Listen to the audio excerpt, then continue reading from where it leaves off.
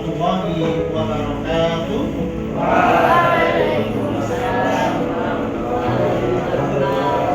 Sabahul khair ayyuha bani talabah al-mutana'imuna bis-sihat.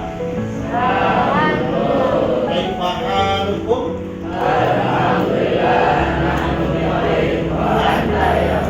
Alhamdulillah ana bi khair aidan ayyuha bani talabah. Ayyuha bani talabah al-mutana'imuna bis-sihat. Alhamdulillah lakina fi hadzal yawm lakina fil qissah al-ula was-thaniyah wa lakina fi hadhihi al-ghurfah. Wa madha darsuna al-an?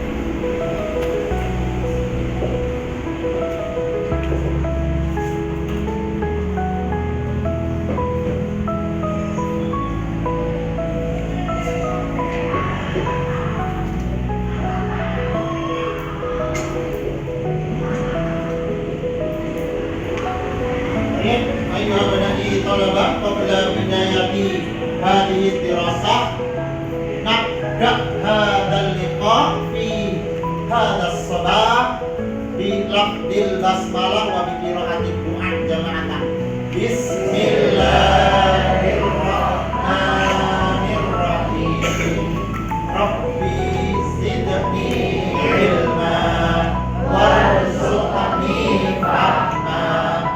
Rabbi ishrah li sadri wa yassir li amri wahlul 'uqdatam min lisani yafqahu qawli.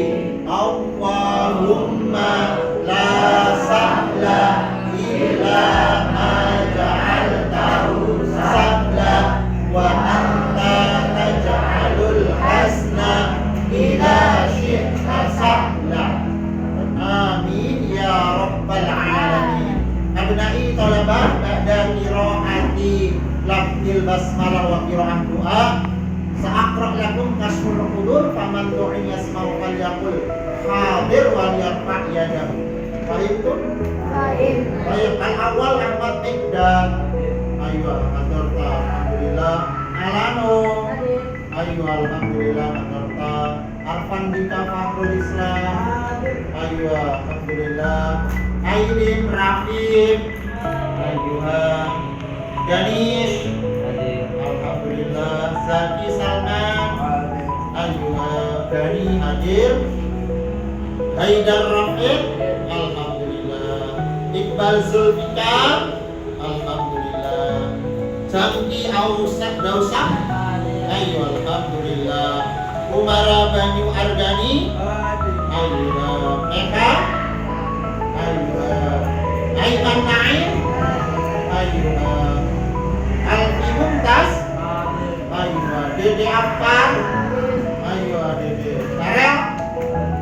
Ayo Karel. Mahdi Instagram. Naufal Rashid. Ayo Naufal. Nasib Ilman. Ayo Fahmi Darsono. Ayo Nawab Bani. Ayo Nazim. Ayo Riza hadir. Rafa Abiman. Rafa Faiza. Ayo Rais Abu Qori. Ayo Rizky Satria Putra. Ayo Umar. Ayo Bildan Faiz Mahendra. Ayo William. Ayo Zia. Ayo alhamdulillah hadartum siwa mahdi bisa babil idin wahada dalil beranakum dan satu nafis tirafiatin dirasa ada hukum najah fi hayatikum wa dirasatikum. Amin ya rabbal alamin. Talabah hasilan di walakum sa'takalam bil lughah Indonesia. Baik anak-anak, alhamdulillah alhamdulillah di kesempatan hari ini insya Allah kita akan melanjutkan materi yang kemarin sudah kita sampaikan tentang kemajuan peradaban Islam pada masa dinasti Abbasiyah. Di antaranya ada 6. Yang pertama apa yang kemarin? Kemajuan pengembangan ilmu pengetahuan. Dibuktikan dengan apa kemajuan ini? Ada yang bisa menjawab? Ya, betul. Di antaranya lagi apa? Sampai pendirian Baitul Hikmah ada apa? Betul. Di antaranya lagi apa kemajuan ilmu pengetahuan? Penerjemahan karya-karya kitab-kitab lain sebagainya.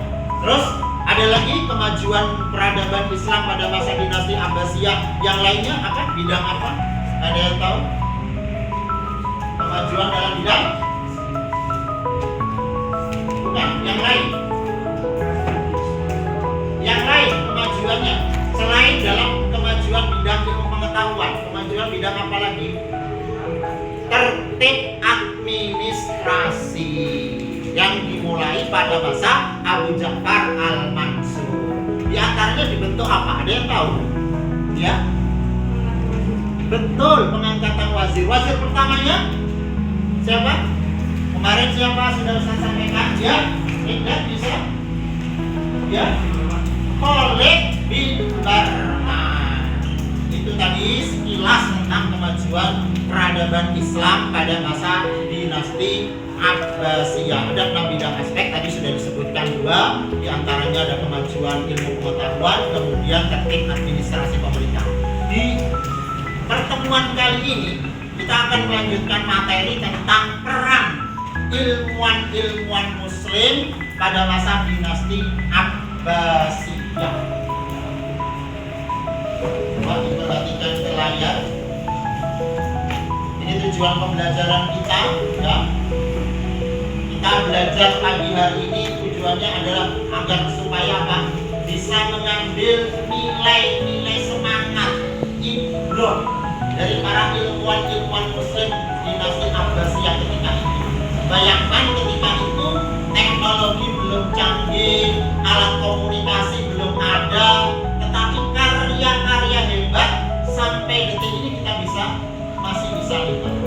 Kemudian mengambil ibrah itu juga harus ada keteladanan yang bisa kita ambil. Kamu semangat belajar, kamu tekun dalam belajar, itu sama saja kamu sudah meneladani, ya, para ilmuwan pada masa dinasti Abbasiyah tadi.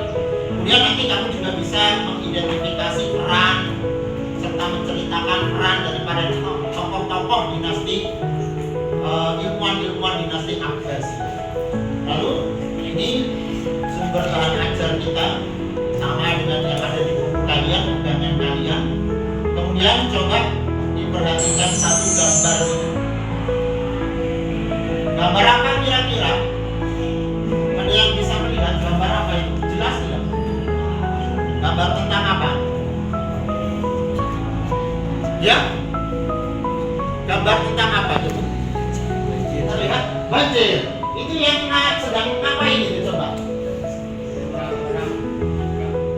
Ya, menyeberang sungai. Siapa yang menyeberang? Anak-anak sekolah, betul. Anak-anak yang mohon secara usia itu adik-adik kelas. Mereka berangkat pagi dari rumahnya menuju ke sekolah. Tidak ada fasilitas transportasi.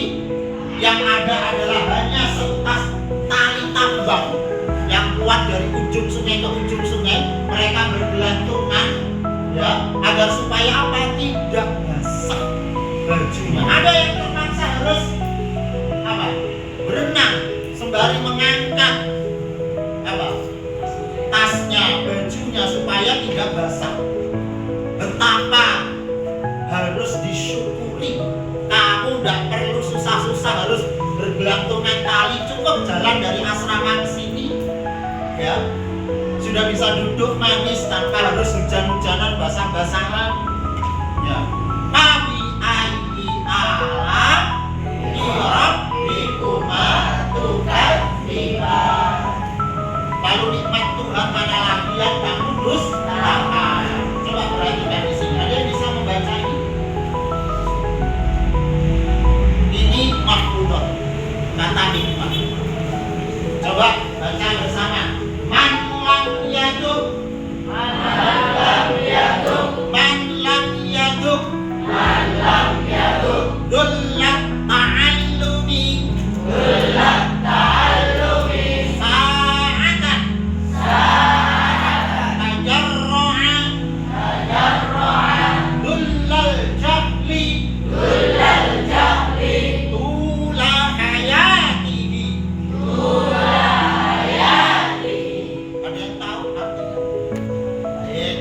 ada Ustaz bantu.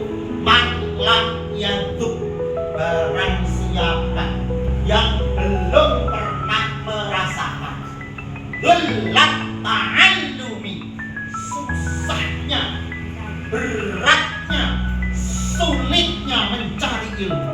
Kamu datang dari rumah, setoran hafalan Ustaz, setoran mufradat Ustaz, hafalan hadis, hafalan ini Ustaz, ngapal rumus Ustaz. Itu bagian dari merasakan susahnya mencari ilmu. Yang gak mau susah mencari ilmu, yang gak mau capek-capek mencari ilmu, tajarro'an, dia akan memanen, ya, dullal jahli tula hayati, dia akan memanen kebodohan sepanjang hayatnya. Maaf, tanpa merendahkan profesi satu dengan yang lain, yang mohon maaf masa kecilnya nggak mau belajar, males, bolos, kita lihat mohon maaf ketika remaja, ketika dewasa sulit kehidupannya, malah justru kemudian menjadi beban sosial warga sekitar. Bisa dimengerti? Masih mau semangat belajar? Akan menyerahkan kalian kepada kesulitan ketika mencari ilmu? Tidak. Bagus, alhamdulillah. Baik. Selanjutnya, ini gambaran ilustrasi tentang semangat para ilmuwan-ilmuwan pada masa itu, pada masa dinasti Abbasiyah, ketika mereka sedang belajar dan menuntut ilmu. Penuh keterbatasan. Seharusnya kita saat ini belajarnya harus lebih semangat daripada yang sebelum-sebelumnya. Baik. Yang akan kita pelajari diantaranya kejayaan intelektual ilmuwan masa dinasti Abbasiyah. Insya Allah kita akan belajar para ilmuwan-ilmuwan bidang filsafat. Ya. Ini gambarnya siapa saja, ada Al-Kindi, ada Al-Ghazali. Kemudian berikutnya ada dalam kemajuan bidang ilmu kedokteran, ada Ibnu Sina, kemudian ada Zakaria Ar-Razi, kemudian At-Tabari, ya. Lanjut, kemudian ilmuwan matematika dan astronomi ada Al-Khwarizmi. Pernah mendengar nama Al-Khwarizmi? Kemudian ilmuwan fisika Ibnu Haytham. Lalu yang terakhir yaitu adalah ilmuwan bidang kimia Jabir bin Hayyan. Kamu nggak perlu mencari sosok profil orang lain yang bukan muslim. Kita sudah punya tokoh-tokoh hebat, Al-Kindi, Al-Farabi, Al-Ghazali dalam bidang filsafat. Ada Ibnu Sina, Zakaria Ar-Razi, ya, yang suka kimia, ada Jabir bin Hayyan. Yang suka fisika ada Ibnu Haytham. Yang suka matematika ada siapa tadi saya sebut? Al-Khwarizmi. Beliau-beliau ini figur-figur teladan secara keimanan, secara keilmuan, layak dijadikan panutan. Baik. Yang pertama kita belajar tentang nama lengkapnya siapa? Abu Yusuf Ya'qub bin Ishaq Al-Kindi, populer dengan namanya Al-Kindi. Orang Barat itu nyebutnya Al-Kindi atau Kindus, ya. Kemudian menuntut ilmu di pusat peradaban Islam di Basrah dan di Baghdad. Basrah ada di mana? Kedua-duanya ada di Iran. Kemudian ini luar biasa, menguasai bermacam ilmu pengetahuan, fisika mahir, kimia mahir, astronomi mahir, matematika, logika dan filsafat. Lalu karya-karyanya ada itu, nanti bisa dipelajari di buku. Bidang astronomi punya, bidang matematika juga punya, bidang filsafat punya. Dari berbagai disiplin ilmu yang dikuasai, tidak cuma menguasai ilmunya saja, tapi punya karya. orang itu kalau sudah wafat yang diingat di samping nama juga karya. Nama amal karyanya itu diingat. Selanjutnya kita belajar tentang Al-Khawarizmi. Saya sudah sebut Al-Khawarizmi. Beliau adalah pendiri pilar matematika modern. Jadi matematika itu sudah ada pada masa dinasti Abbasiyah dan sebelumnya, dikembangkan oleh Muhammad Musa Al-Khawarizmi. Pengembang ilmu geometrik dengan angka-angka untuk persamaan kuadrat. Jadi ilmu geometrik itu cabang dari ilmu matematika dan saat ini sudah digunakan untuk kemajuan teknologi geometrik. Ini penemu angka 0 8.008. Kalau di belakangnya nggak ada 0, cuma 8 gitu kan. Tapi kalau angka 8, angka 9, di belakangnya ada 12 digit 0, jadinya berapa? 12 digit berapa? 9 atau 8 triliun. Nolnya 1 puluhan, nolnya 2 ratusan, sedemikian sampai berikutnya. Betapa bergunanya angka 0. Angka 0 yang ditemukan oleh Al-Khawarizmi. Lalu karya-karyanya dalam bidang matematika ya ada hisab, aljabar, formula, kemudian ada ini yang tadi adalah kitab Jamak wa Tafriq, yaitu menerangkan dalam praktek sehari-hari seluk-beluk kegunaan angka 0. Jadi 0 itu mungkin kalau 0 berdiri sendiri ya nilainya kecil, tapi kalau kemudian di depannya ada angka yang lain maka tentu akan punya nilai tersendiri. Lalu berikutnya adalah yang ketiga, Abu Ali Al-Husain bin Abdullah bin Sina, atau kita kenal dengan Ibnu Sina. Orang barat nyebutnya Avicenna. Siapa nyebutnya? Avicenna. Jadi kalau kalian ada Ustaz, saya pernah lihat, mohon maaf, di satu kota, di beberapa kota ada rumah sakit Avicenna. Sayangnya, mohon maaf, bukan miliknya Muslim, non-Muslim. Ada tanda salibnya. Avicenna. Beliau lahir di kota Bukhara, Uzbekistan. Kemudian yang hebat, di saat kita kalau usia Indonesia sekarang, anak-anak Indonesia umur 10 tahun lahir apa kira-kira? 10 tahun main apa? Pinter apa? Pinter? Main game. Tapi beliau sudah luar biasa menguasai Al-Quran, ilmu-ilmu pengetahuan dasar lainnya, menguasai ilmu filsafat Yunani, kedokteran, ilmu eksakta dan lain-lain. Dan Ibnu Sina belajar kedokteran itu dari seorang ilmuwan Kristen yang bernama Isa bin Yahya. Siapa namanya? Isa bin Yahya. Bahkan di dalam tayangan sebuah film ya, yang judulnya Misian, itu ayahnya Ibnu Sina itu mengundang khusus dokter-dokter spesialis agar memberikan pembelajaran kepada Ibnu Sina. Jadi les privat datang ke rumah. Berarti memang dari sejak kecil sudah dikondisikan menjadi seorang dokter. Berikutnya, Ibnu Sina adalah ilmuwan Muslim pertama yang menemukan peredaran darah manusia. Jadi ada di dalam tubuh kita itu terdapat sel-sel darah, jumlahnya luar biasa banyaknya, nggak satuan, nggak puluhan, nggak ratusan, ribuan, yang mengalir untuk agar supaya kita bisa bergerak.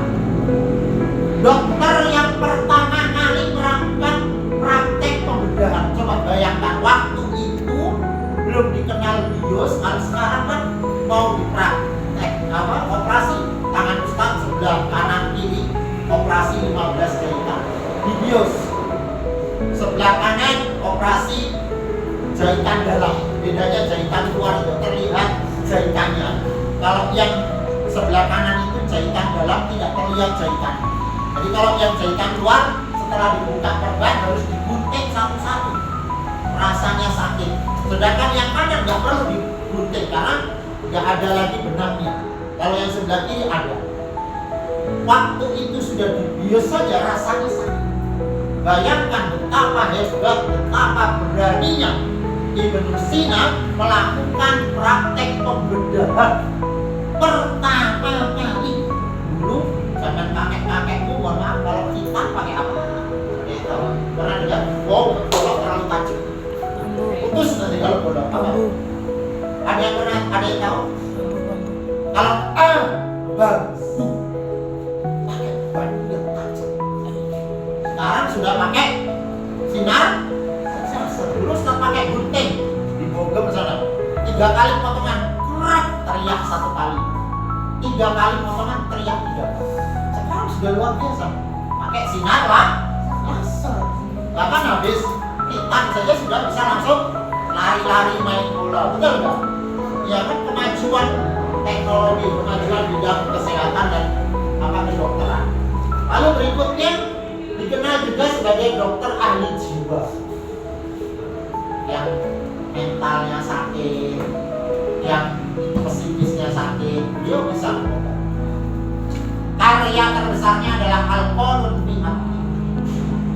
Berikutnya adalah Ibnu Haytham. Ini ahli fisika, penemu dasar ilmu fisika optik.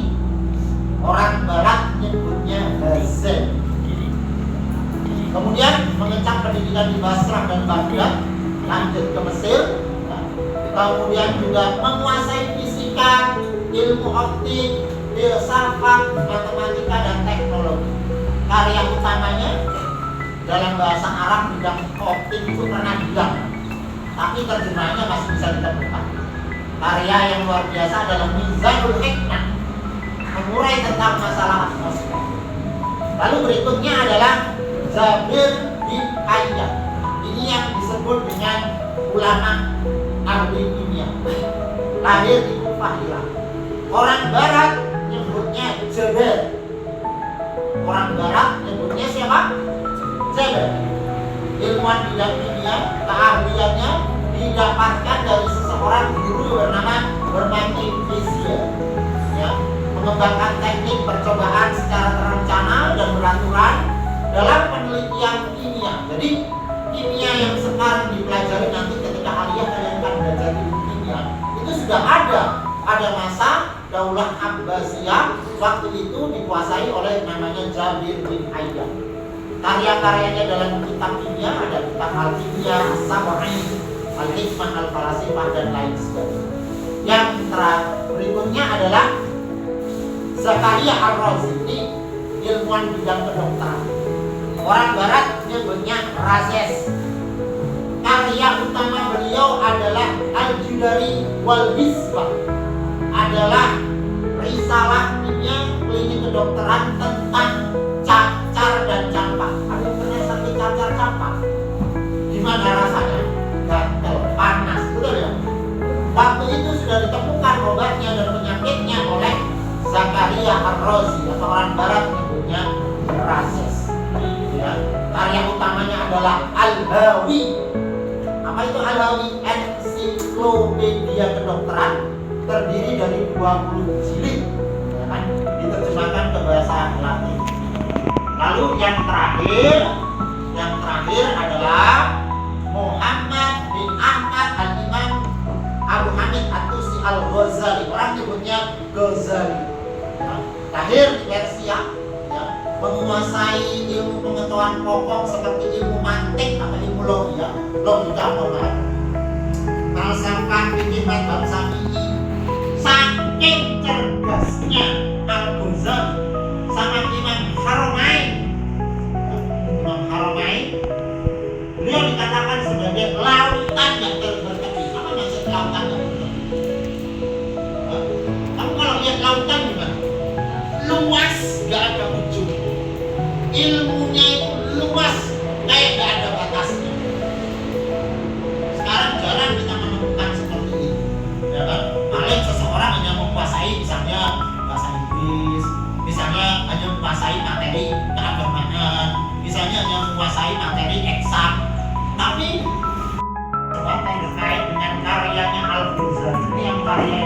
luar biasa namanya Ihya Ulumuddin. Ya, itu membahas ilmu-ilmu agama. Itu tadi semuanya nama-nama ulama yang punya peran terhadap perkembangan ilmu pengetahuan pada masa dinasti Abbasiyah. Tadi ada namanya Al-Kindi, ilmuwan bidang apa Al-Kindi? Bidang filsafat, betul. Terus Al-Khwarizmi ilmuwan bidang apa? Matematika, penemu angka 0. Kemudian ada Ibnu Haytham. Ibnu Haytham ilmuwan bidang fisika, betul. Kemudian ada Jabir bin Hayyan, orang barat nyebutnya Jabir. Ilmuwan bidang apa nih? Kimia. Ada Ibnu Sina, orang barat nyebutnya Avicenna. Ilmuwan bidang kedokteran. Terus ada siapa lagi? Al-Khwarizmi sudah disebut. Al-Ghazali ilmuwan bidang apa? Filsafat. Baik, diperhatikan dulu. Tugas kegiatan sekarang adalah kita berdiskusi berkelompok dengan yang sudah saya tentukan tadi dengan teman-temannya, dengan lembar kerja yang sudah kami sampaikan serta materi yang kami sampaikan. Silakan berdiskusi dengan kelompoknya masing-masing kira-kira 10 sampai 15 menit. Ya, silakan bergerak ke kelompoknya masing-masing. Mohon keaktifannya, kemudian peran sertanya dalam diskusi ini untuk menentukan penilaian. Ya, silakan. Dengan kelompoknya, Mikdam dengan kelompoknya silakan berdiskusi mengerjakan tugas dari Ustaz. Ayo mereka kelompoknya di situ. Silakan materinya ini tadi.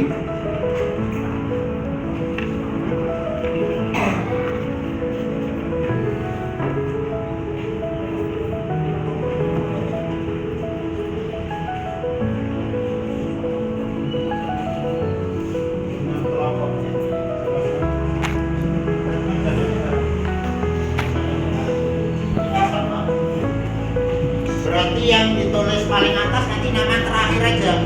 Jadi yang bekerja, yang kemudian banyak kontribusi perannya itu ditulis di nomor 1, 2, 3. Itu kan ada 5 kolom ya, ada 5 orang. Urutan yang pertama, kedua itu menentukan.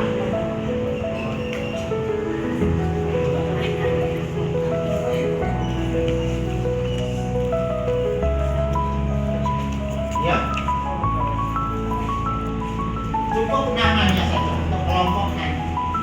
Yang kelas sekarang ditulis kelas 2B, kemudian langsung dikerjakan dulu.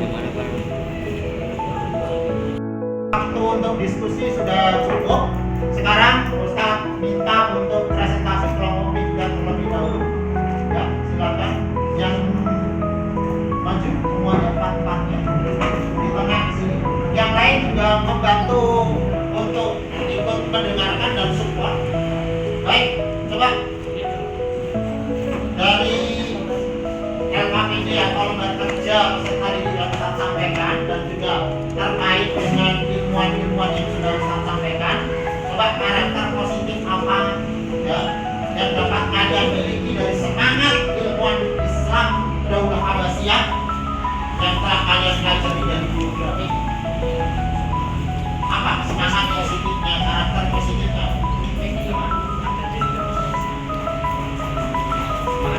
Betul, satu semangat, tepat, tidak ada kata. Semangat apa? Satu semangat apa?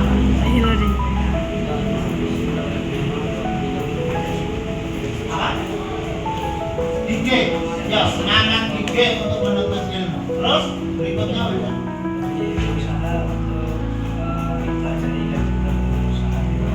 Betul, dimanapun itu, di negara manapun, di ayyi ardin tokoh, wa antum mas'ul antolabil ilm. Betul, tepat.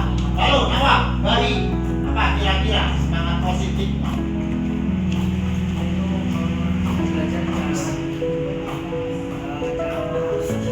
Tepat. Sudah, oke, close dulu, close. Tidak cukup. Baik, kelompok kedua. Coba. Apa jawabanmu, komentarmu? Ya. Di lembar kerja peserta didik ya sudah saya sampaikan dan tadi materi sudah saya sampaikan. Trik atau tips buat generasi sekarang ya agar supaya punya keterkaitan terhadap ilmu pengetahuan itu harus bagaimana? Coba.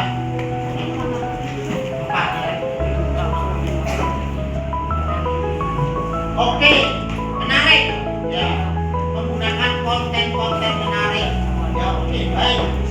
Terus ada lagi coba apa kira-kira samping konten yang menarik apa kira-kira ada yang bisa bantu memang apa membuat poster juga agar supaya ada keterkaitan untuk belajar coba apa udah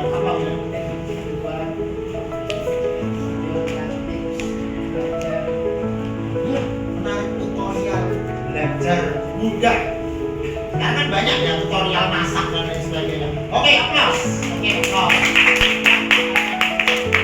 Baik, anak-anak semuanya alhamdulillah diskusi sudah dijalankan kemudian sudah dipresentasikan. Coba perhatikan di sini sekarang tes penilaian ya dari materi yang Ustaz sampaikan tadi. Siapakah nama ilmuwan yang mendapatkan julukan lautan tak bertepi? Ada yang bisa jawab?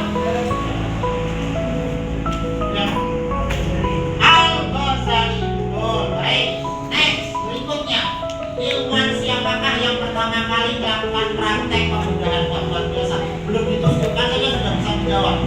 Apa jawabannya bersama? Sip kompak. Namanya siapa? Orang-orang disebutnya. Baik, terus berikutnya karya yang terkenal dari Jabir bin Hayyan apa? Ada yang bisa? Ya.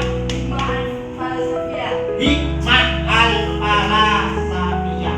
Berikutnya, oke, tes terakhir. Al-Qanun fi karya Al-Khwarizmi dalam bidang matematika.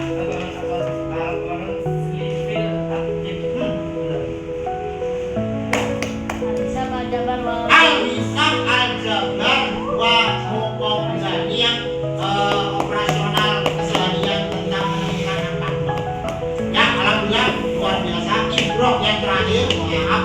Jadi setelah belajar ini hendaknya kita semuanya bersyukur menjadi bagian dari umat Islam. Yang kedua, kagum bahwa para ilmuwan telah memberikan kontribusi besar terhadap ilmu pengetahuan dan khasanah keagamaan. Lalu yang penting juga sadar bahwa kesungguhan, keuletan, kegigihan dalam belajar akan menjadikan kita orang yang berilmu dan bermanfaat. Man jaga wajah, man sobaro ghafira, man saro darbi wasora. Dan yang terakhir, bangga kita sudah mengenal Al-Farabi, kita mengenal Al-Kindi, Al-Ghazali, Ibnu Sina dan lain sebagainya sebagai orang-orang yang jenius. Tetap semangat ya, tetap rajin, jangan putus asa, jangan mudah menyerah, terus belajar. Semoga hal yang kita pelajari hari ini menambah motivasi kepada kita semuanya untuk lembut belajar. Terima kasih, kita akhiri kegiatan pembelajaran hari ini dengan doa kafaratul majelis bersama-sama.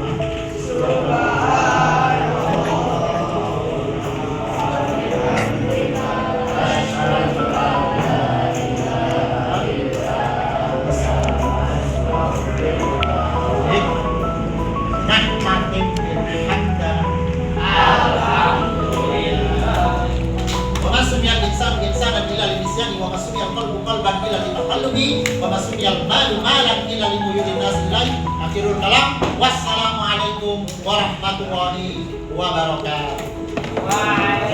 Terima kasih.